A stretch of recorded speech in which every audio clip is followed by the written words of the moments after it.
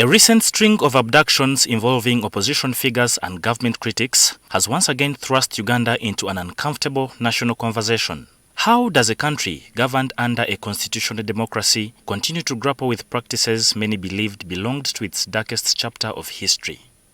The abduction of senior lawyer and former Kampala Lord Mayor Edius Luago yesterday has become the latest episode in a trend that has increasingly unsettled rights advocates, legal practitioners and ordinary citizens alike. Lukwago, who was representing opposition figure Dr. Chiza Besigye in an ongoing treason case, was seized by armed men from his residence before his whereabouts became publicly known through a tweet made by the Chief of Defense Forces General Muhoozi Kainerugaba, who boasted on how he had captured a fool and had him in his basement. The circumstances surrounding his abduction have sparked widespread condemnation and renewed fears over the shrinking space for due process. For many Ugandans old enough to remember, the scenes evoke painful memories of an era when state power often operated without restraint. Under the military regime of Idi Amin between 1971 and 1979, arbitrary arrests, disappearances and detentions became instruments of governance. Security agencies wielded enormous power with minimal accountability. Thousands vanished without trial, their families left to speculate whether their loved ones were imprisoned, exiled or dead. The law, critics argued, served the state rather than the citizen. People would be abducted and they would disappear, never to hear from them again. The case of Ben Chwanka, the case of Frank Ramsey, the case of Archbishop Janan Loom, and the ministers.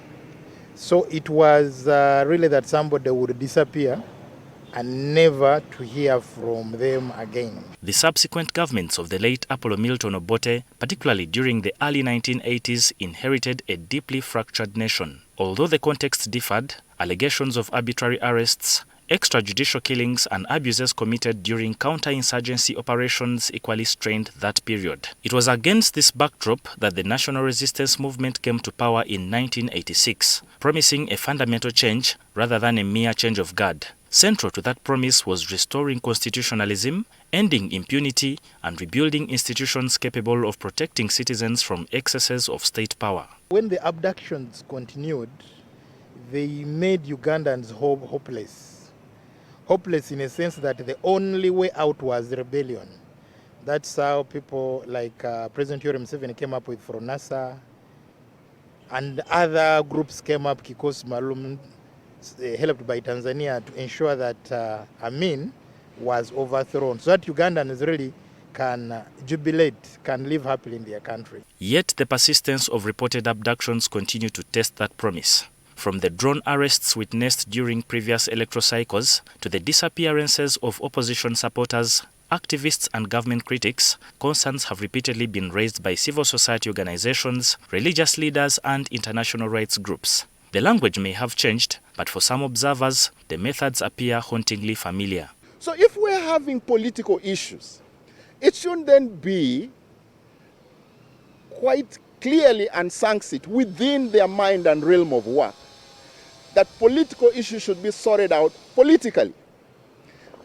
The challenge, therefore, lies not in whether the state has the authority to arrest suspects. It undoubtedly does. The issue is whether those powers are exercised transparently, accountably, and within the confines of established legal procedures.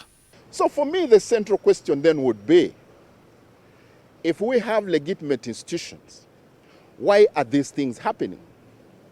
Because if somebody was picked up, if, say, the police wanted somebody, the Police Act is very clear on how you summon a suspect.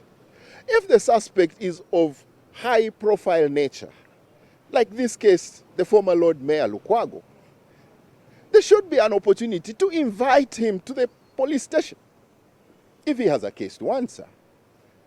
History teaches that when nations rarely descend into authoritarian tendencies overnight, it happens incrementally. When extraordinary methods become normalized, when institutions hesitate to question excesses, and when citizens begin to accept exceptions to the rule of law as routine. When people get such kind of feeling that the law is not being respected, then it becomes a danger in a sense that, one, they can go quiet, and when they go quiet, that's not a good signal. The more we instill fear in people, at a certain time that fear also denies you the opportunity to get exactly what are people's real feelings about particular situations and about particular projects. For a nation that once vowed never again to the excesses of its past, the true measure of progress lies in ensuring that no Ugandan, regardless of political affiliation or status, disappears beyond the protection of the law. Because when fear begins to overshadow due process, history has a way of asking difficult questions about whether the lessons of yesterday were ever truly learned. David Ijo, NTV.